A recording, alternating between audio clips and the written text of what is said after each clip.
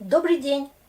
Как вы поживаете? Как у вас дела? Как ваши успехи? Vous savez, on est vraiment très très brave. On a vu déjà beaucoup de cas, presque tout. Il nous reste un seul, le dernier, c'est le datif. On va le voir tout de suite. Comme ça, on a vraiment une base, une bonne base pour bien s'amuser après. D'accord? Donc s'entraîner, on passe tout de suite à ce dernier cas qui est très très intéressant. Et vous allez voir, il y a des choses qui correspondent bien à tout ce qu'on dit en français, comment on s'exprime, et évidemment, il y aura des choses nouvelles et toutes originales et même un peu bizarres. Ok, comme d'habitude, notre soleil, et c'est le Russe Bio et ya Svetlana. Datif.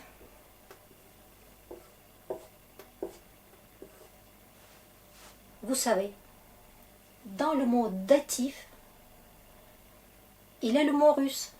Parce qu'en russe, on dit дательный падеж. Regardez, datif, дательный.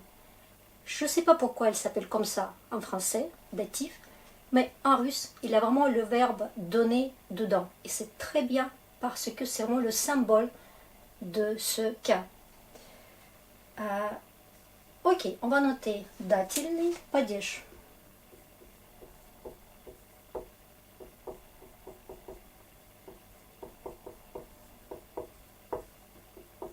Hop. Comme d'habitude, on voit donc comment ça sonne en russe pour nous donner déjà une idée. Et je note le verbe date. Regardez. C'est vraiment cette racine-là. Ça, c'est le verbe donner. Perfectif. Attention. Un perfectif давать. On va le voir plus tard parce qu'on va composer plein d'autres verbes en rajoutant les préverbes. Et c'est très très intéressant. Une espèce de grappe. Vous pouvez servir en pensant à un seul mot. Donner. D'accord? Maintenant, donner. Quand on dit donner, il faut donner quelque chose, évidemment, mais la deuxième étape, donner à qui? Et c'est ça en fait notre datif, c'est à qui, à quoi, d'accord? On va noter tout de suite ce à, c'est vraiment le symbole de ce cas, parce que quand on donne quelque chose, il y a plein d'autres verbes, il n'y a pas que donner. Quand on donne quelque chose à quelqu'un, ce quelqu'un, c'est notre destinataire, n'est-ce pas? C'est le récepteur de tout ce qu'on donne. C'est le bénéficiaire. Vous voyez l'idée un peu? En fait, c'est la personne ou la chose qui reçoit, d'accord? Qui subit un peu l'action de notre donation. Encore une fois, c'est le symbole, hein, donner. Quand on dit donner, on peut dire aussi offrir. Et puis plein d'autres choses. Envoyer, évidemment, quand on envoie une lettre. Mais beaucoup plus que ça. Lire, écrire à quelqu'un. Vous voyez? Donc cette idée, tout de suite, mettez-la dans la tête. Et vous êtes tranquille pour ce cas-là. D'accord? Maintenant, comme d'habitude, on va noter un peu qu'est-ce qui se passe avec кто и что. C'est notre tradition. On va continuer comme ça. Parce qu'encore une fois, dans les formes déjà déclinées de кто и что, et puis les pronoms personnels, il y a beaucoup de réponses par rapport à la terminaison pour telle ou telle situation. D'accord? Ça va nous donner ça. Кому? Чему? C'est pas pareil qu'avant. Vous vous rappelez les autres? Кем, чем, ком, чем, etc. Кого, чего. Et voilà, ce petit ou, ça va nous servir pour les terminaisons des mots masculins. Et puis, encore plus, les 3 lettres, ce sera vraiment pour autre chose, vous allez voir. Donc, fixez déjà ça, ça sert à quelque chose, hein. C'est pas pour rien que je le note. Et maintenant, passons à tout ce qui est yati, etc. Mais déjà au datif. Мне, тебе, ok, ему. Regardez, ему, ему, et c'est pas pour rien non plus. Les terminaisons. Ей, нам, вам. Et il nous reste encore им. Они au datif. D'accord? Vous commencez déjà à voir un peu l'ordre. Chaque fois, c'est la même chose. Sans oublier себе. C'est très important aussi. Il faut que ça reste dans vos têtes.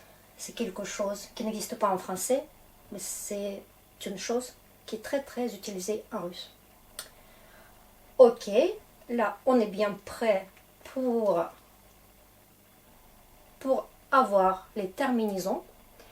Juste avant ça, donc quand j'ai dit A, ça vous a donné une idée de votre grammaire française. Est-ce que le complément d'objet indirect, ça vous dit quelque chose, ce terme-là? C'est ça, notre datif, c'est le complément d'objet indirect. Mais pas que ça, d'accord? Parce que les déclinaisons, c'est un peu plus large, c'est un peu autre chose. Vous êtes d'accord? C'est quand même une autre langue. Donc, on va aussi toucher le côté de complément d'objet second. Vous voyez? Et en gros, aussi le complément d'attribution. Quand on donne quelque chose, on attribue. Vous voyez cette logique? Voilà. Il faut vraiment s'appuyer sur cette logique. On va voir les terminaisons. Regardez, ce O, quand j'ai dit que c'est pas pour rien, ce n'est pas pour rien. C'est pour les garçons. Ou, you. Et quand je dis les garçons, les neutres vont avec. Donc les masculins et neutres, c'est ça. Et les mots féminins, on va voir qu'il y a des réponses par là aussi. Voilà.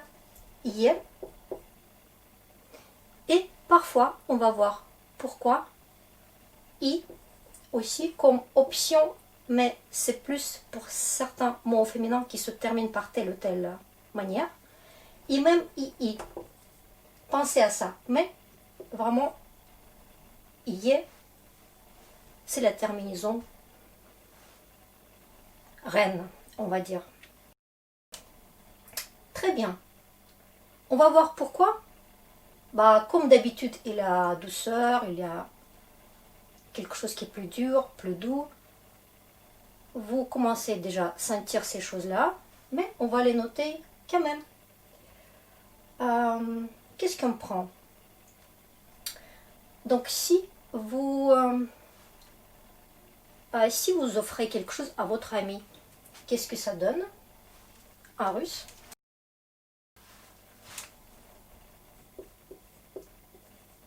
Drou, gou, ou. D'accord? Et si c'est un mot, un signe mot, on va prendre notre jour, le mot jour, день, дню. Vous voyez déjà le signe mot, et puis qu'est-ce qu'il y a d'autre qui fait la douceur? C'est le i court.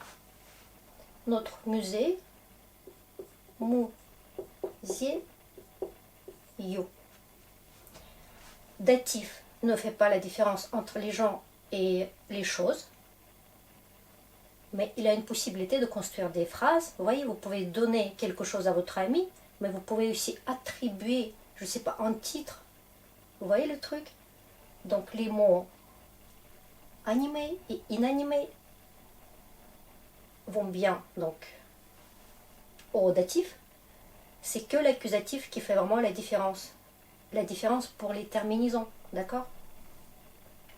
Ok, bah maintenant les filles, ou peut-être les mots neutres aussi. Bah, les mots neutres, quand c'est plus dur en O, c'est OU. On prend notre mot, слово, vous. D'accord? Et puis un petit mot en Y, поле, le champ. Le. Vous voyez les douceurs Y. I court, signe mot.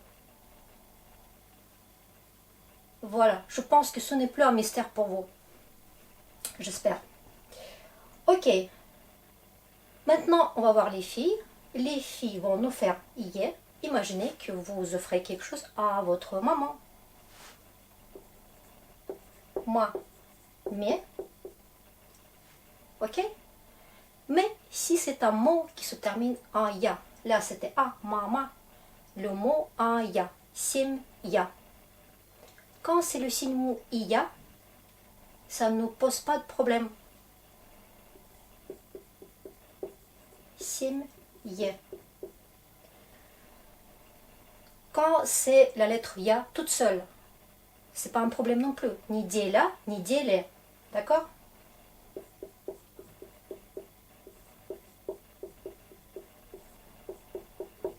Quand est-ce que ça nous fait des problèmes?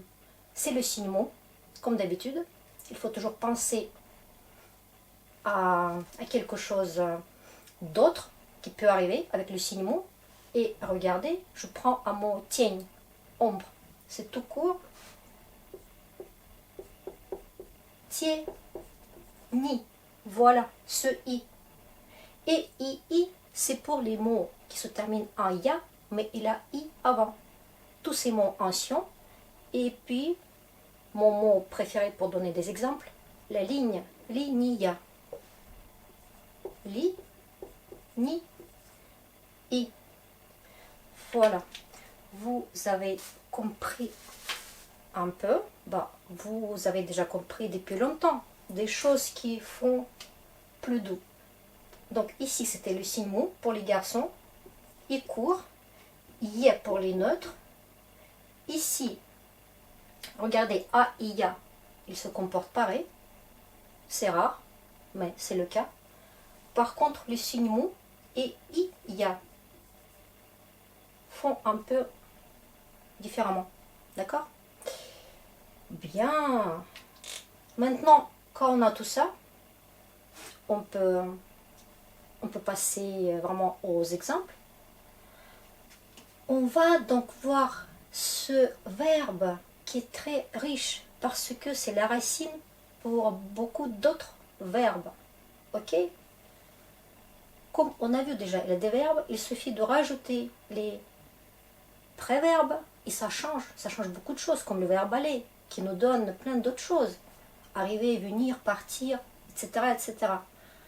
Là, c'est un peu la même histoire. Alors, on va donc faire cette racine. Encore une fois, ça c'est le perfectif et un perfectif pour faire les phrases au présent, davat.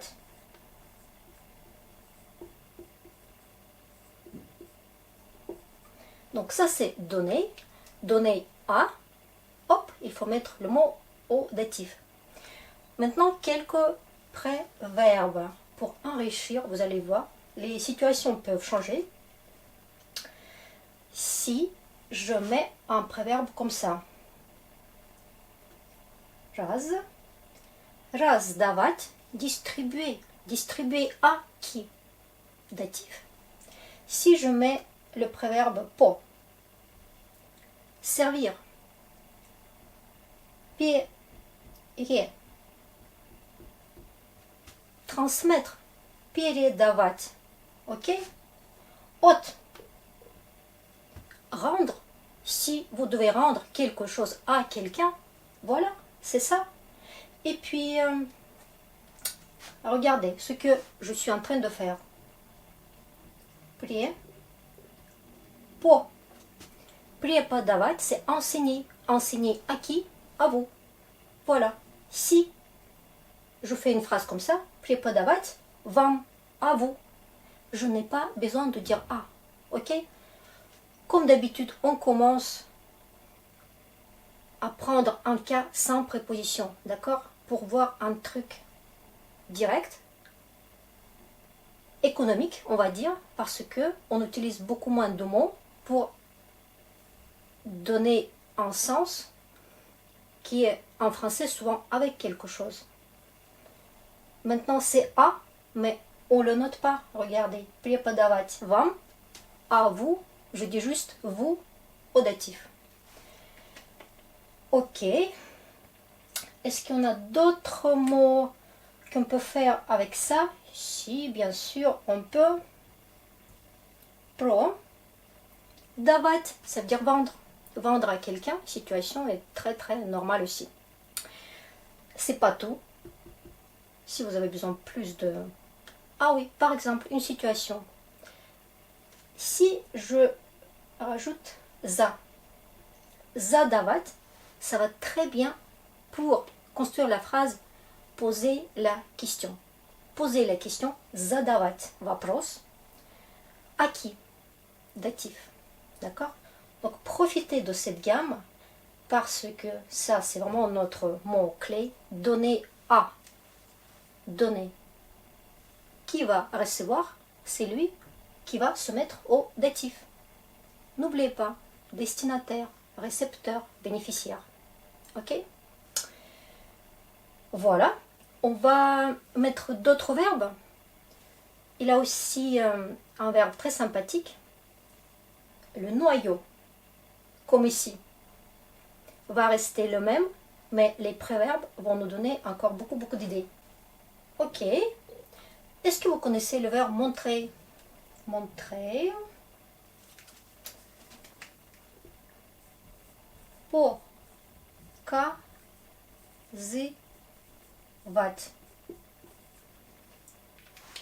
Avec cette base-là, à partir d'ici, on peut faire encore plein de verbes. Et c'est aussi le datif à chaque fois. Là, ici, c'est montrer. Montrer à qui? D'accord? Maintenant, si je mets ras, raconter à quelqu'un. Regardez, ras et raz, z et s, c'est la même chose. Ça dépend de la consonne qui va après. Ici, c'est la consonne sonore. Ici, c'est la consonne sourde. On va parler un jour de tout ça. On a déjà touché cette histoire il y a très longtemps. Donc, c'est la même chose. Raconter. Ok? Do. Il y a deux. Il y a от, comme ici, regardez. Donc, доказывать, prouver à quelqu'un. Отказывать, refuser. Est-ce qu'on a d'autres choses avec ce verbe? Предсказывать. Пере и пред, ça ressemble. Prédire, d'accord? Prédire. Est-ce qu'il y a d'autres choses? Заказывать, commander. Regardez, un peu la gamme qui se présente ici aussi. Combien de verbes encore? Et tout ça accompagné aussi de notre cas, bah, ça veut dire si on raconte quelque chose à quelqu'un, vous voyez le truc? Si on montre à quelqu'un, etc., etc. Servez de tout ça. Donc ça, c'est imperfectif. Comme ici, on a donné deux. Allez, показывать, показать. Pour s'habituer déjà à ces deux formes de verbes, ça veut dire deux aspects. Génial. Beaucoup. Regardez, une dizaine de verbes, rien qu'avec les mêmes racines. Et c'est pas tout, évidemment. Il y a plein d'autres. Bah, on a parlé de читать, писать. Si vous écrivez une lettre à votre grand-mère, voilà, c'est notre verbe. Vous le connaissez, je ne vais pas le noter. Писать, читать. Quoi qu'on fasse à quelqu'un, à une personne, c'est le datif. C'est notre à dans l'air. Vous la sentez? Super. Évidemment, envoyez c'est le verbe aussi, c'est parfait pour le datif. Vous envoyez à, il a le destinataire, le vrai destinataire, à l'autre bout de ville, pays, ou je sais pas quoi, peu importe. Très bien. Donc ça, vous avez bien compris, c'est comme en français, la liste des verbes, si ça arrive dans ma tête, je vais les rajouter.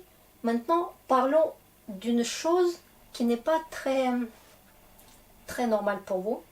C'est nos structures impersonnelles qu'on adore. On adore ce genre de trucs. On utilise nos pronoms personnels et après, on met plein de trucs directement après.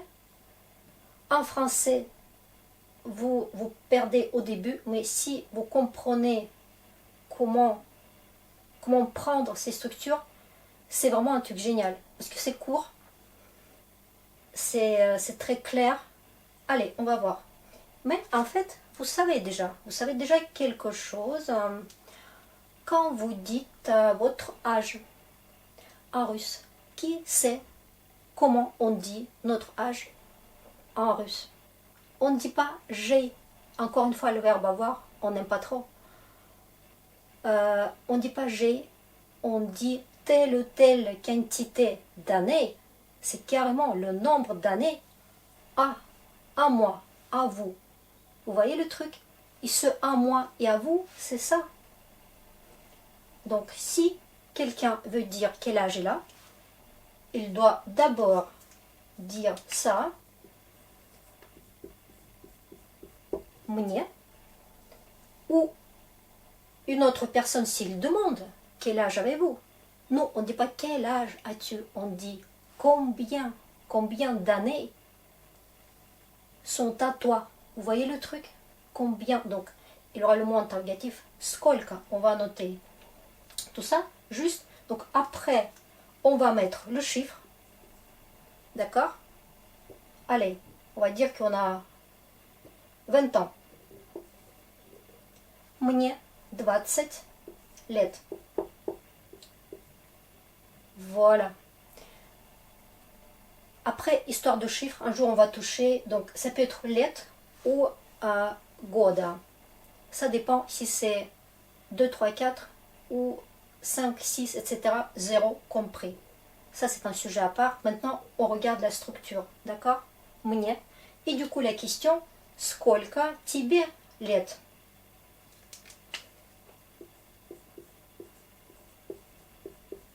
Il faut vraiment penser à ça.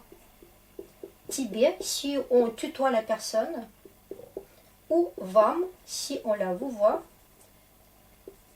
Mais лет reste inchangeable. Ça veut dire on ne va pas réfléchir, on ne sait pas quel âge a la personne. Donc pour tout le monde, ce sera лет, d'accord? Avec la question сколько, c'est toujours лет. Attention à ça. Hop, avec cette question-là. Mais ici, ça peut se varier. Allez, on va rajouter peut-être possibilité de dire года. Si par exemple c'est 22, 22 года. Histoire de chiffres, comme je dis à chaque fois, c'est vraiment un cours à part, un jour, pour ne pas tout mélanger. D'accord? Super. C'est pas fini. Ça peut-être vous avez déjà appris, vous avez peut-être vu. Est-ce que vous avez vu d'autres choses avec мне? Мне надо, j'ai besoin. Мне можно, je peux. Мне нельзя, je ne peux pas. C'est interdit pour moi. Vous voyez tous ces trucs-là? Мне хорошо, je suis bien. Мне плохо, je ne suis pas bien, je suis mal. Avec les adverbes, мне, тебе et toutes les autres personnes, ça va super bien. Si, donc, les adverbes надо, можно, плохо, весело, plein, vous pouvez coller à ce мне et vous obtenez ces situations comme, voilà, je suis bien. Du coup, on remplace un peu le verbe être, mais aussi le verbe avoir. J'ai besoin, d'accord? Donc pensez à tous ces petits... on va les mettre peut-être ici. Les plus utilisés. Nada. Можно. Regardez, c'est les adverbes. Les adverbes, pensez qu'avec мне plus adverbe, les adverbes, ça ne se décline pas. Donc, collez tout de suite et vous êtes tranquille. Voilà. Mais il n'y a pas que ça. Comment on dit je suis désolé? Regardez, il a un petit mot. Жаль. C'est marrant, hein? Donc, pour dire je suis désolé, мне жаль, тебе жаль, ему. Et pour un peu faire plus... quand vous êtes vraiment désolé, vous pouvez rajouter notre adverbe très. Ce ne sera pas vraiment, ce sera très. Очень, мне очень жаль. D'accord? Qu'est-ce qu'on peut mettre avec tout ça? On va voir un jour un cours destiné à tout ce qui est les phrases impersonnelles, parce qu'il n'y a pas que ça. D'accord? Et là, on va vraiment voir tous les cas de figure. Bon, juste pour vous dire quelque chose de drôle, pour dire, par exemple, ça m'est égal. Мне всё равно.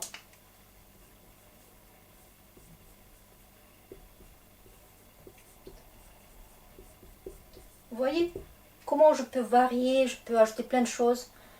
Aujourd'hui, on pense à notre cas d'actif, encore les situations, etc. Et là, pensez qu'un jour, on va vraiment développer. Comme par exemple un mot некогда. Vous vous rappelez, on a vu quand on rajoute не et ni à nos mots interrogatifs когда, где, etc. Некогда. Je n'ai pas le temps. Voilà. C'est sympa de coller des choses comme ça avec... Allez, c'est vraiment la dernière chose. Некогда. Attention, l'accent sur «е». Ce n'est pas jamais, c'est juste pas le temps. Et beaucoup, beaucoup, beaucoup d'autres choses. Vraiment beaucoup, beaucoup. C'est très intéressant. Ok. Regardez, on va juste confirmer tout ce qui est terminaison. Ok, tout ça c'est bon. Les phrases impersonnelles à penser.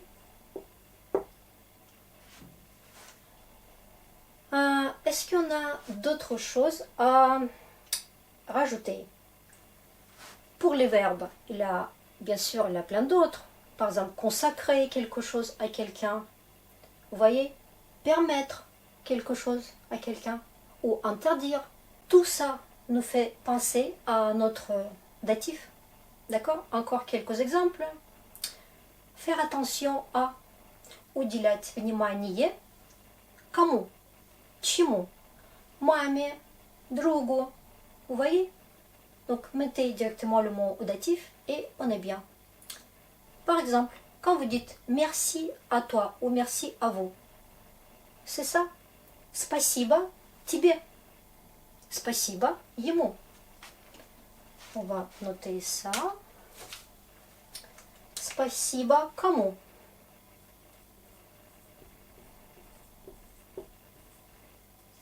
Тебе. Et avec la même logique dans le sens qu'on remercie, quand on est reconnaissant,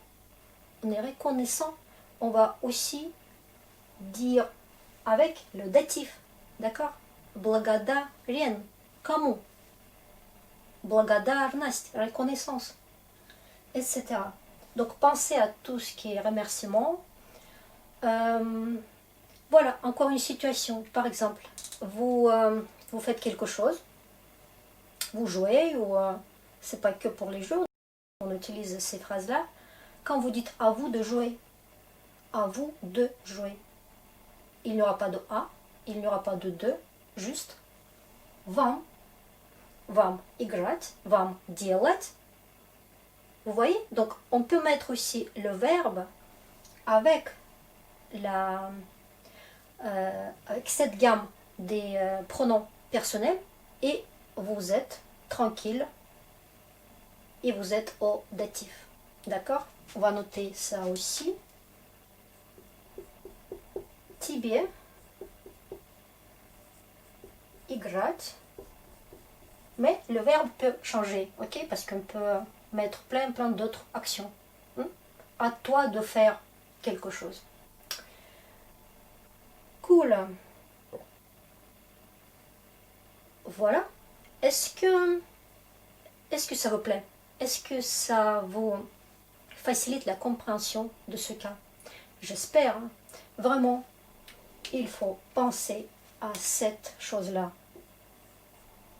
Et vous captez tout de suite le geste. C'est tout.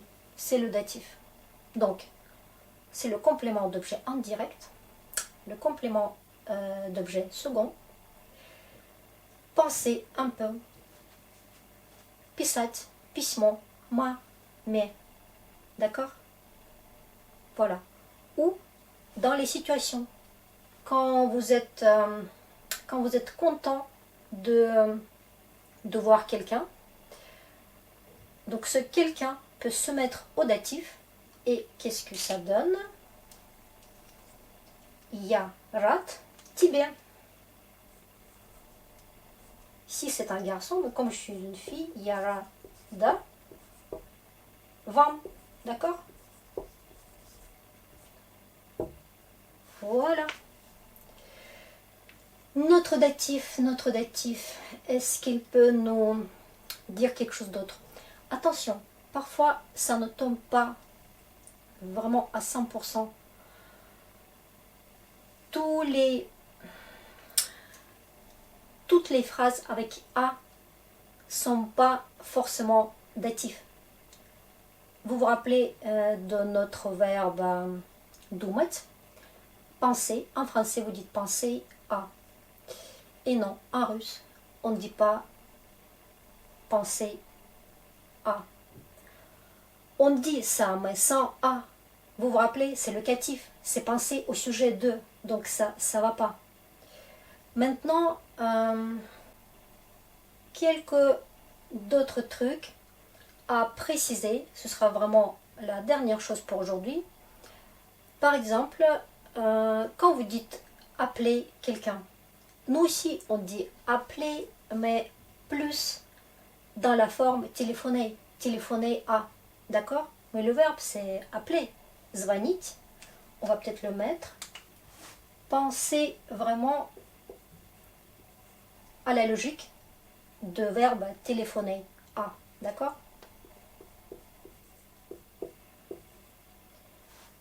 Звонить кому? Маме. Et puis à qui vous voulez. Voilà.